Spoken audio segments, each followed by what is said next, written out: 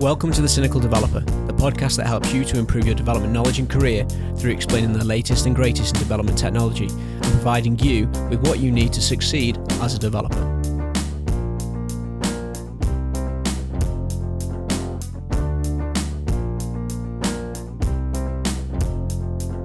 In this episode, we talk to Guy Royse about WebAssembly. Guy works for ScriptDrop in Columbus, Ohio, in the United States, as an engineer manager.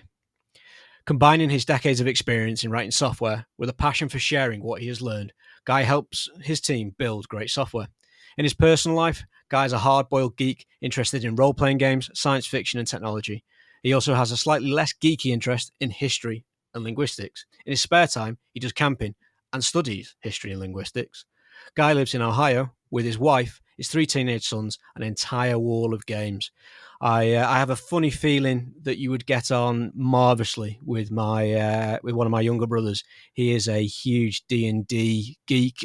He's currently got his daughter into it, and he was questioning me this week, how easy would it be to make an app where I can track all my characters and their spells and all their other stuff? I was like, pretty easy, but you need to learn how to do that. Yeah, it turns out a lot of people have had that idea. Yeah. I think a good portion of my early programming adventures when I was a teenager was trying to turn D&D into software. So yeah, it's something I've been doing for a very, very long time. In fact, I do play with my middle son, who is actually, I'll be doing that tomorrow. I'm playing the classic Keep on the Borderlands. So good times.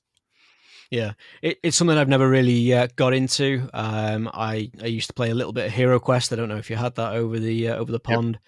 Yep. Did a little bit of that. I like the artwork and stuff behind that. I used to do a lot of drawing around that sort of stuff, but never really got into it. My brother is the gamer, in the board gamer, should I say, out of the three brothers. Yeah, I've always had a challenge getting my sons to play board games with me. It's sort of a running gag in our house. Is like if we're bored, we play board games. That's why they're called board games. Which I thank you for giving me that pity laugh. I appreciate that. It's such an awful joke, I know, but you know. No joke is a bad joke. I am very well known for my terrible jokes. You can't beat a bad pun. That's right. So we're not here to talk about board games, although I'm sure we could fill a whole episode talking about them. But we're here to talk about this thing that seems to be the hot buzzword right now, which is WebAssembly. So we'll kick off straight away with what is WebAssembly? So WebAssembly is actually, it's slightly misnamed in my opinion. It's a virtual machine for running bytecode in a browser. So much like Java, the Java virtual machine came out in the, I was first introduced to it in the mid 90s, where you've got this intermediate language or this bytecode where you could compile your source code into something intermediate. And then that intermediate code or that bytecode could then run in a virtual microprocessor and then be translated or interpreted into actual machine code that the computer could run. WebAssembly is exactly the same idea, but for web browsers. And so you can take programming languages like C or C++ or Rust is a popular choice, and compile that code into WebAssembly bytecode, and then it can run in the browser. And the idea here is that that would give us the option of using languages other than just JavaScript when building front-end applications. Sure. So does it have any connection back to assembly language? Can you write assembly and have that run with WebAssembly? There is a assembly-like language. I don't know if I'd go so far as to call it an assembly language, because in my mind, an assembly language is I learned assembly language for the 6502 microprocessor in the 80s, and in there you're dealing with registers and accumulators and that sort of stuff. Mm-hmm. But because the microprocessor that WebAssembly uses is virtual, it can be stack based, and so it's not constrained by the physical hardware like an actual microprocessor would be. So, but there is an assembly-like language that's called a WebAssembly text format, This is why I say that WebAssembly is slightly misnamed, because WebAssembly is really not an assembly language. It's a bytecode interpreter, and so the WebAssembly byte or the WebAssembly text format would be kind of what the assembly language for WebAssembly would be. And you can actually download that and play with it, and the tools are available. I have a talk that I've been doing for most of this year, where I live code in WebAssembly text format and implement FizzBuzz, because I like to live on the edge. So those groundbreaking applications built live in front of your eyes. Well, the risk of doing live coding in assembly language is just, it sounds dramatic, right? It's actually totally a parlor trick. I'm doing FizzBuzz. It's not that complicated of a problem. I practice it every single time before I do the talk. It's you're giving away the secrets. They'll be kicking you out of the magic circle. So be it. Yeah. So I guess if it's called WebAssembly because it's kind of giving the web developer that feeling of writing code on the bare metal, where you really would be if you were writing true assembly.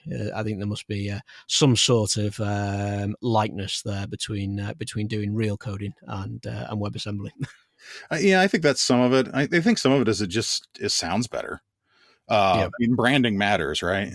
If you called it web bytecode, everyone would be like, oh, why is it called web bytecode? It's a really weird name. Why'd they choose that? WebAssembly harkens back to that, those early days when people were actually writing in assembly language. I guess there's a lot of people nowadays that are writing in assembly for the 6502 microprocessor, for creating their own NES games for NES emulators, right? Which is truly a hobby for a masochist, but and so it's making a little bit of a, I don't know, shall we say, a hipster renaissance. But by saying assembly, it sort of harkens back to that time period, and I think it gives it feels like it's just a better brand name, honestly. Yeah. It rolls off the tongue a little bit better than web bytecode. Yeah. Because then web bytecode would get abbreviated to WBC, and then it wouldn't have any meaning at all. Yeah. Because we need another anagram, not anagram. That's right. Whatever they're called. A TLA, a three-letter acronym. Yeah, that's one acronym. That's the one I was looking for. Yeah. Technically, I'm going to put my pedant hat on now. They're initializations, and acronyms are only what they're called if they actually make a word. Right. Okay. So SCUBA is an acronym, but I'm trying to think of what we always call a three-letter acronym. ODBC. There you go. Is not an acronym; it's an initialization. Yeah. Here comes in my linguistics. Yeah. So with WebAssembly, you mentioned a couple of languages there. I think it was C and C++, and possibly Rust. What other languages are supported, or is it just those? So I'll start with saying that if I were wanting to play with WebAssembly in a language, probably the most well supported right now is Rust. Okay. Rust, I was able to use Rust to build a WebAssembly module and compile it, and then execute it, run it, access it from JavaScript in the browser, and it was a pure WebAssembly module. The C and C++ tooling that I've looked at has been more generate HTML and JavaScript and CSS and the WebAssembly code to build sort of a full application. And so it's not as pure of a way of doing it. The tooling, I think, can do just a pure WebAssembly play, but it's hard to isolate that individual tool. I haven't figured out how to do it yet in my playings with it. But there is an LLVM to bitcode compiler, or LLVM bitcode to WebAssembly compiler. So in theory, any language that you have that can generate LLVM bitcode can be compiled to WebAssembly. I Sure. was looking at Go today to see what Go support for WebAssembly looked like, and it looked pretty complete.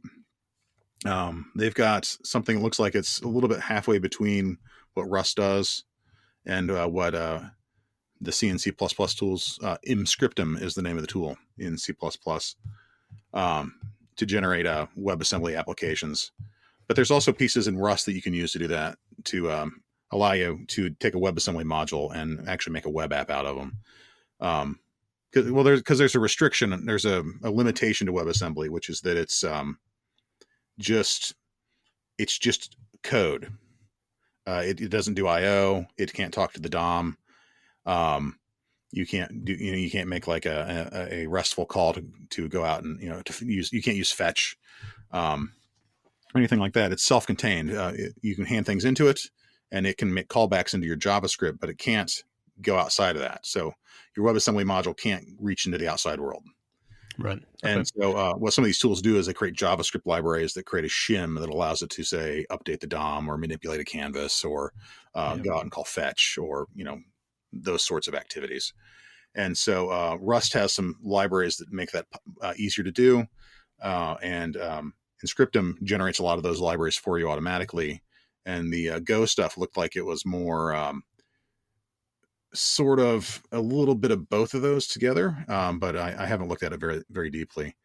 There's support in other languages. I saw a Java library would take Java bytecode and convert it to WebAssembly. But it had a very limited set of things it would support. Okay.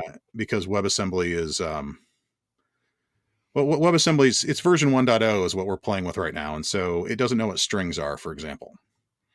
And you're like, so it makes it a little bit difficult to do anything more complex with. Right. And you can look at that and say, well, why doesn't it do strings, right? What kind of useless piece of technology is this? It's like, well, strings are kind of defined by the language that you're using. And so it doesn't want to make any assumptions about what that would be, right? It's simulating a microprocessor. Yeah. And so, what is a string in C or C++, right? At one point it was an array of bytes.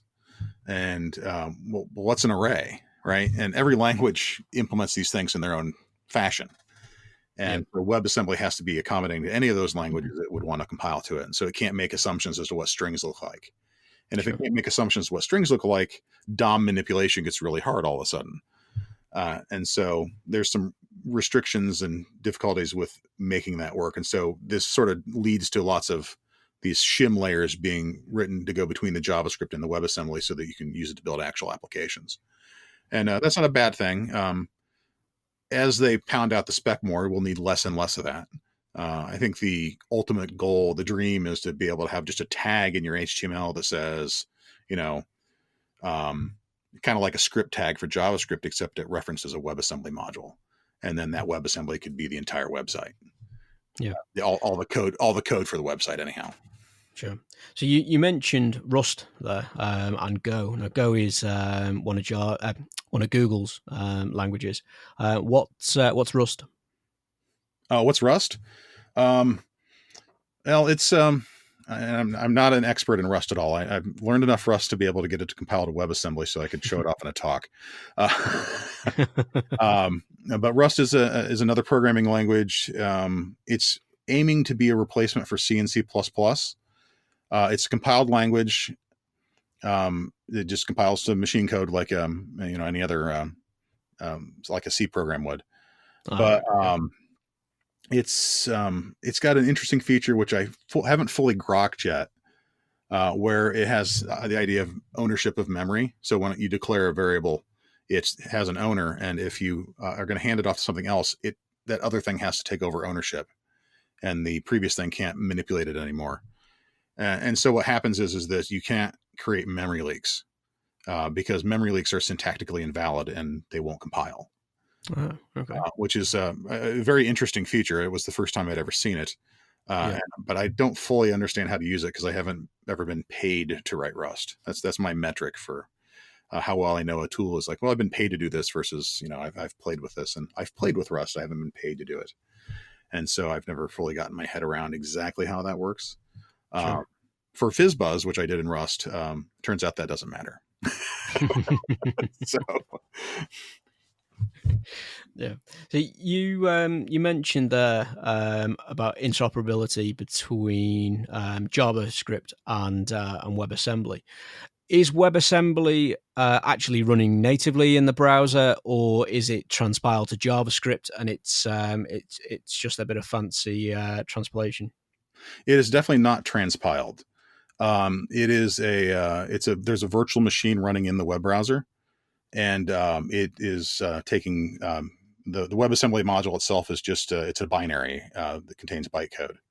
It gets downloaded, and then when it runs, it's run inside this virtual machine running in the browser, and so it's so it's not running native per se because it's still interpreted because it's bytecode. Yeah.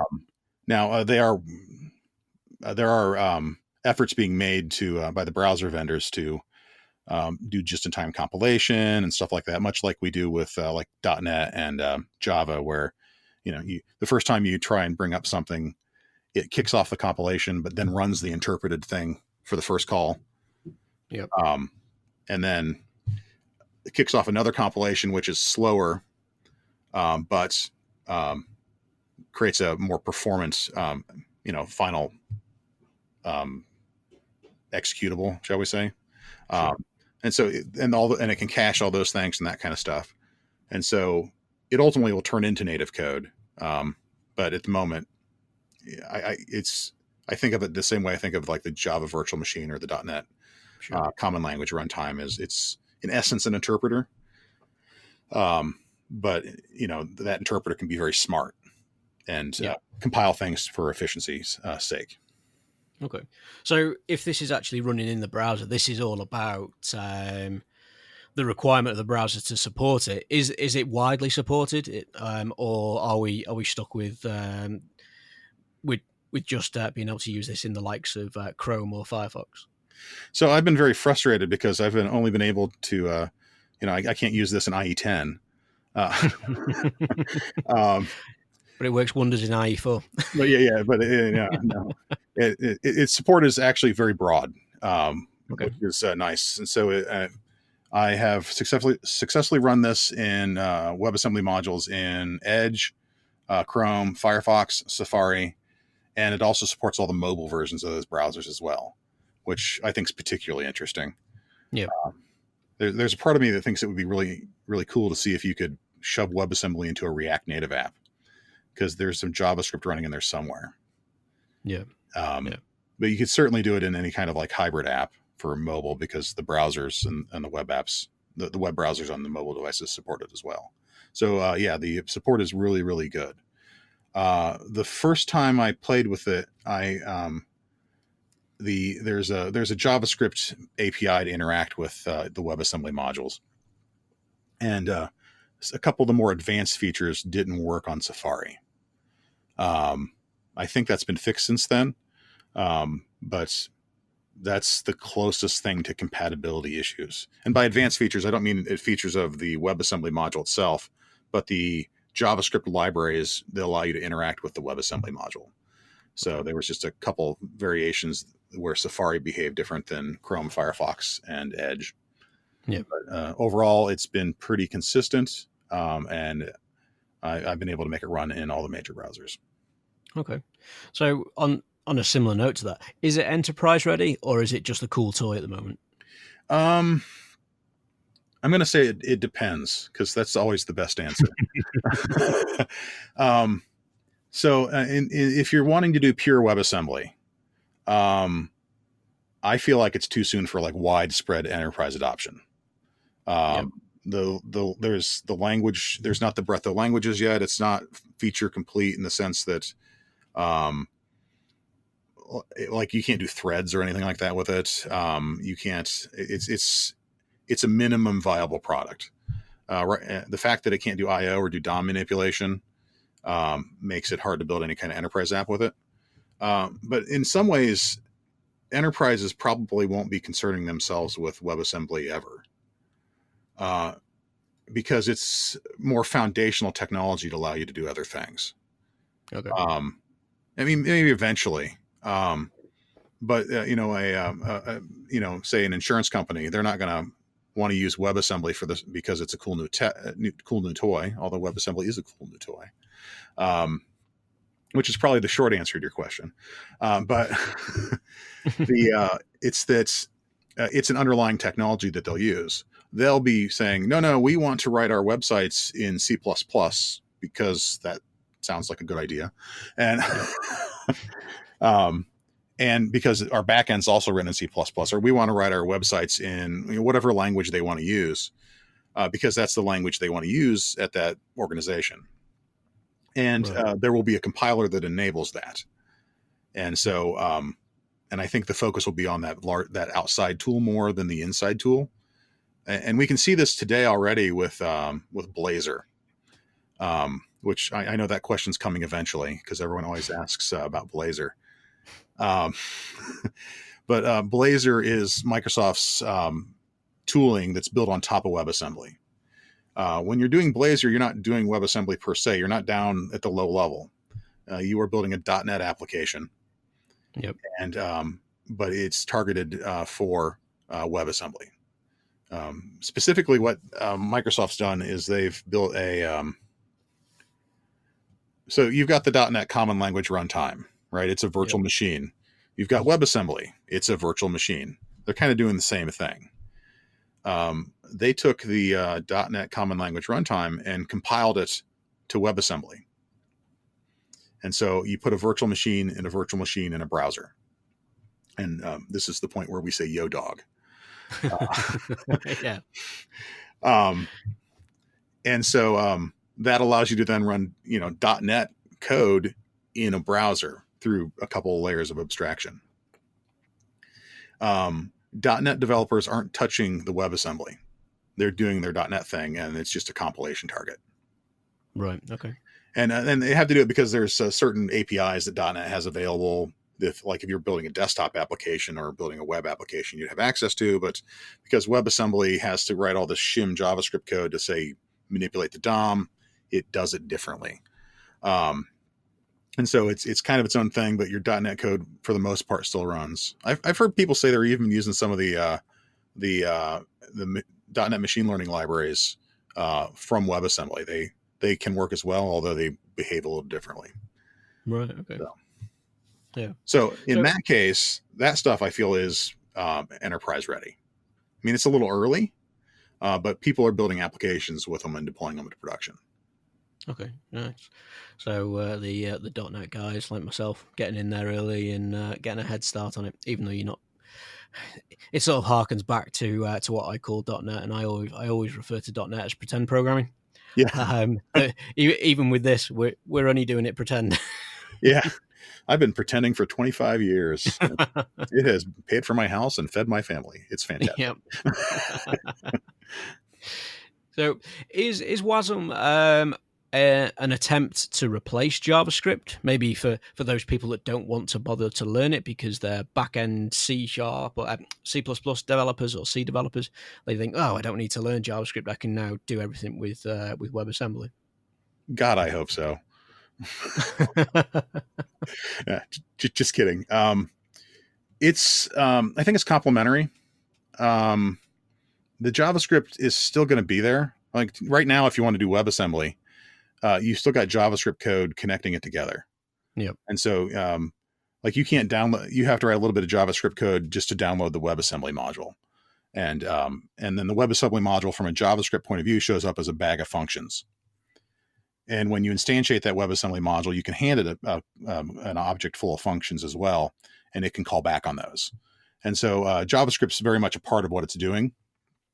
So the JavaScript's still there. I don't think it's going to go away. If for any other reason, we have a lot of it already.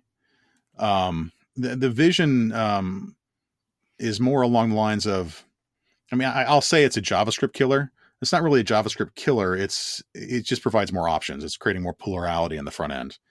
JavaScript's got a stranglehold on the front end, and our solutions to that are things like, we'll use TypeScript, but it's transpiling. It's not really compiling. JavaScript's still under the covers there. Yeah. So I don't think it's seeking to kill it.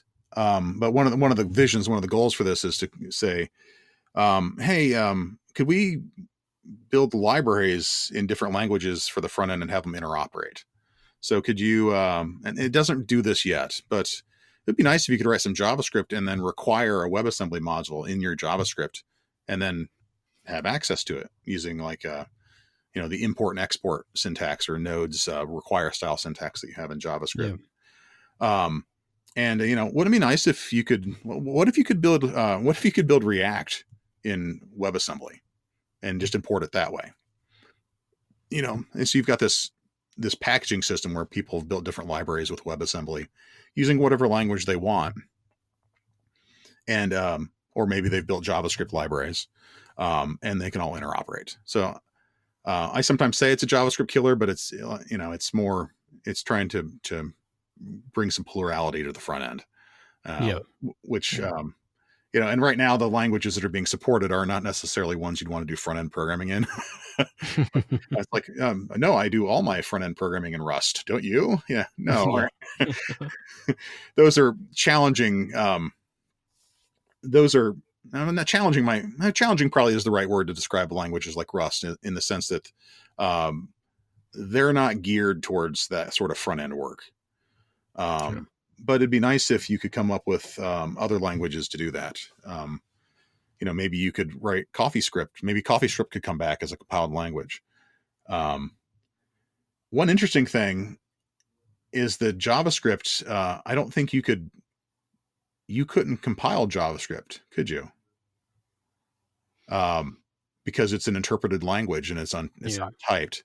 And so you couldn't build a JavaScript compiler for WebAssembly. So of all the things that couldn't go into WebAssembly, it'd be JavaScript. You could totally build a TypeScript compiler. Yeah. Which would be really interesting.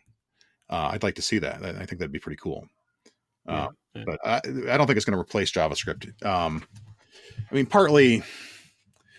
Partly because JavaScript hasn't replaced Java yet.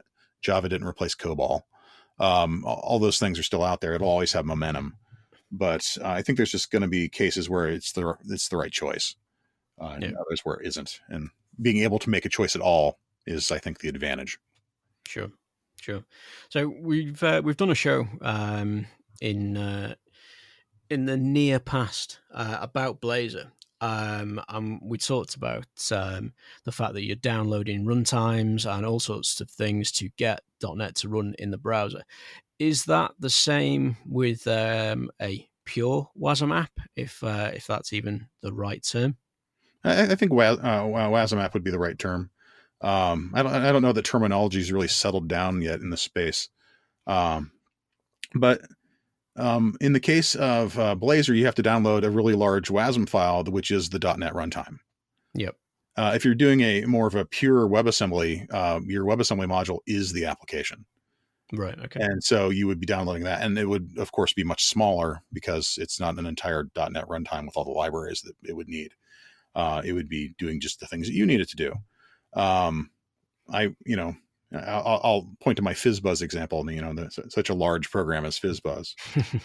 But when I compiled it, I assembled it because I was doing it in WebAssembly text format. It was like dozens of bytes long. And so this stuff could be pretty tight. It just depends on what you're doing, of course. If you use a higher order language, that's like if someone takes the Java virtual machine and compiles it to WebAssembly, which I'm kind of wondering why no one's done that yet, because it's such an obvious thing to do. It probably has to do with threads, honestly. But if you were to do that, then you'd have to download the JVM.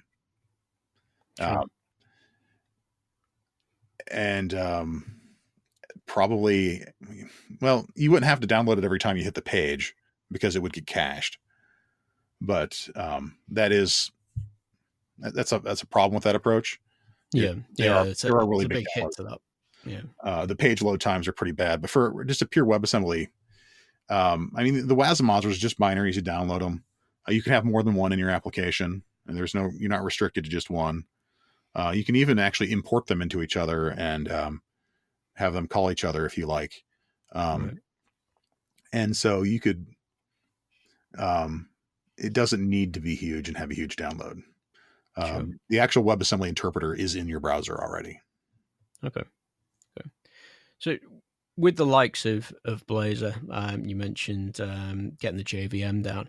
If we're doing things like that, is that opening up a new attack vector for people to worry about when it comes to WASM? I guess stuff like your FizzBuzz app, there's not really anything to abuse there, but having a full runtime, having that download in your browser seems slightly scary.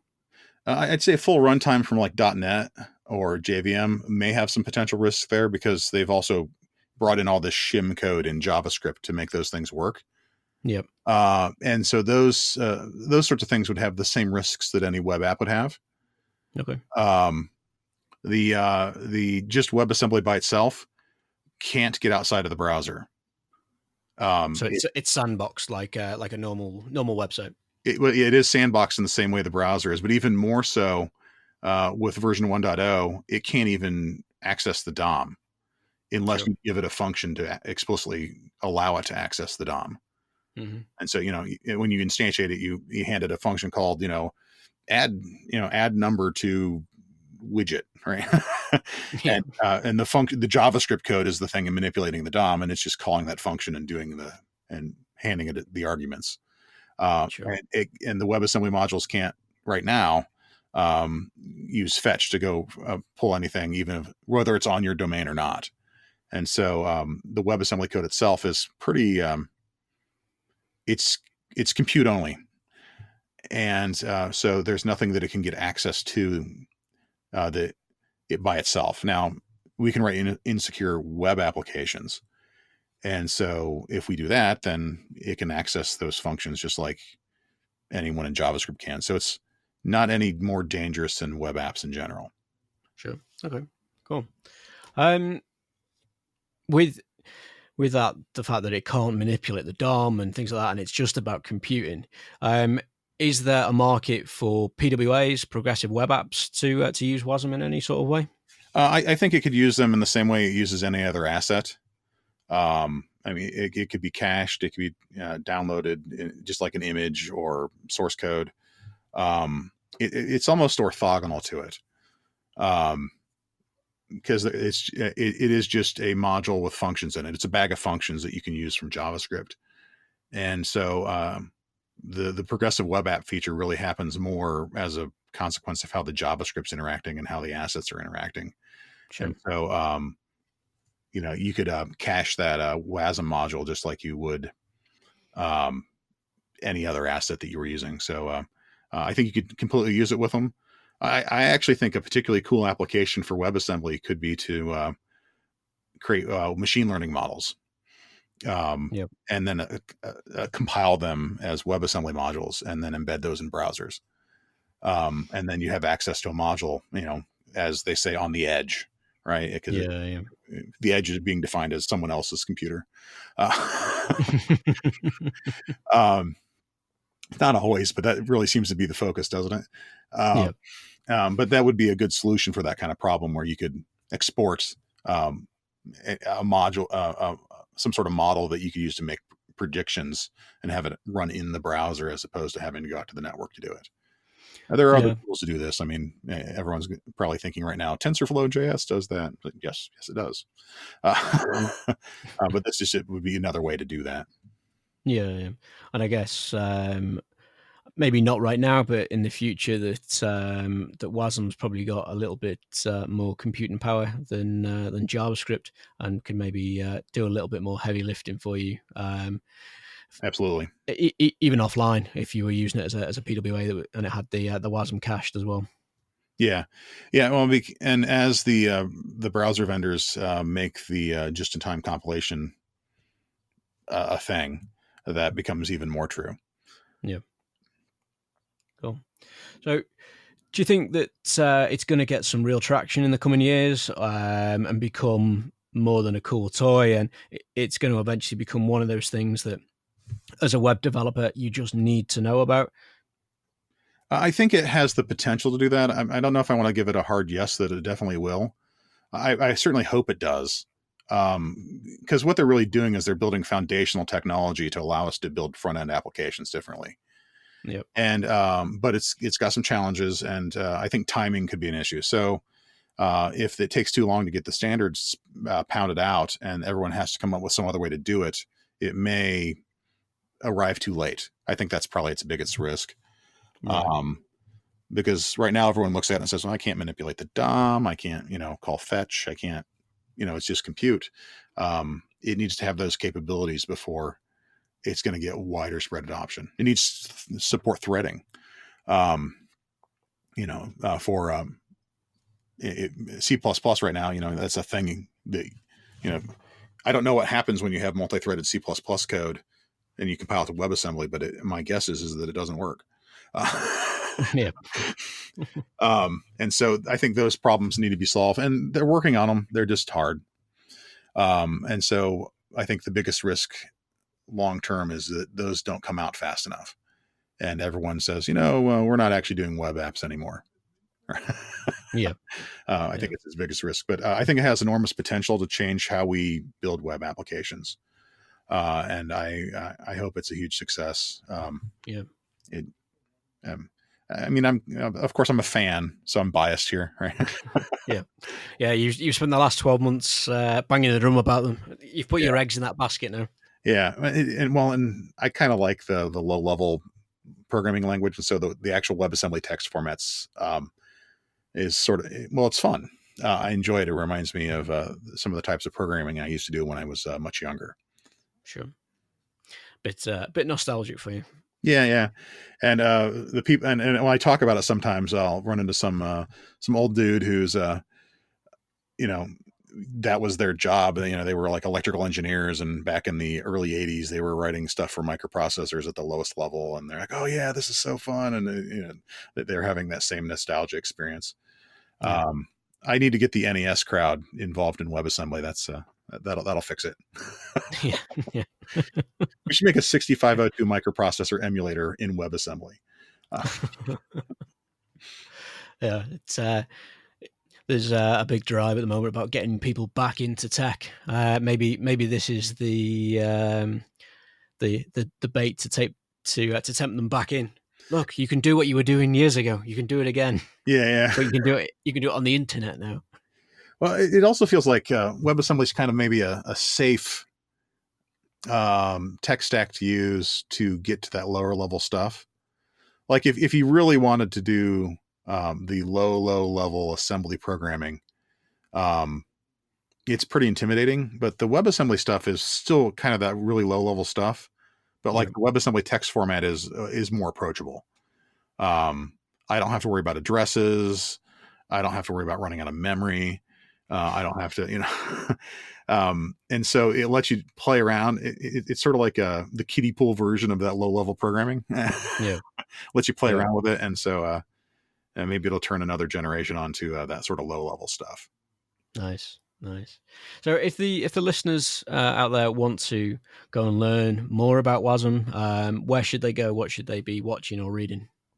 So if they want to get going and just start playing with some stuff, the two sites that where I started were webassembly.org, and that's just talking about the spec. It is written a little more from the point of view of someone who is going to need to implement that spec.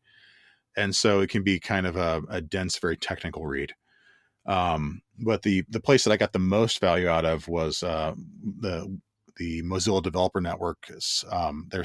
They got a whole section on WebAssembly, and they show how to not only interact with WebAssembly modules from JavaScript, but they give examples of how to compile C and C++ and Rust and WebAssembly text format modules into WebAssembly modules and interact with them. And so that's a good place to start learning if you want to get down in this low level areas of it. If you just want to build apps that use WebAssembly, Rust's got some great tools for it, and Go's got some pretty good tools for it. And of course, there's Blazor, which I have not done as much with Blazor. Sure. But those are all places to start as well. I would sort of recommend it in that order. I know that I've been giving this WebAssembly talk, and lots of times it'll get arranged such that this happened in Oslo a couple months ago, where someone had a Blazor talk, and it was right after my WebAssembly talk. And that is the perfect order to do those things in, because it helps you understand the fundamental technology, and then and then a thing that sits on top of it. Sure. So. Yeah. All right. Cool. I shall include links to those in the show notes for anybody who wants to follow up on those, and also jump on Twitter and follow Guy on there as well. That's that would help you, I'm sure. Yeah. I like having more Twitter followers. I judge my value as a human being by the number of Twitter followers I have. Yeah. Just don't switch it over to Instagram and try and value yourself against those with them getting rid of likes. No one wants pictures that I take. Nice. So that's I think that wraps that up for us quite nicely. So that leaves me with just to thank you for taking time out of your day to come and talk to us about WebAssembly. Oh, absolutely. Happy to do it. Yeah. And to everybody out there, thank you for listening to The Cynical Developer. I'm James Stoddart, and you've been listening to Guy Royse talking about WebAssembly. If you have any questions about this or any other episode, then drop us an email, a tweet, or leave a comment on the website, where you can find all the resource links, show notes for each episode. And if you enjoy this episode, please leave a review on your favourite podcast platform, iTunes, Stitcher, whatever it is, and help The Cynical Developer to reach more developers around the globe.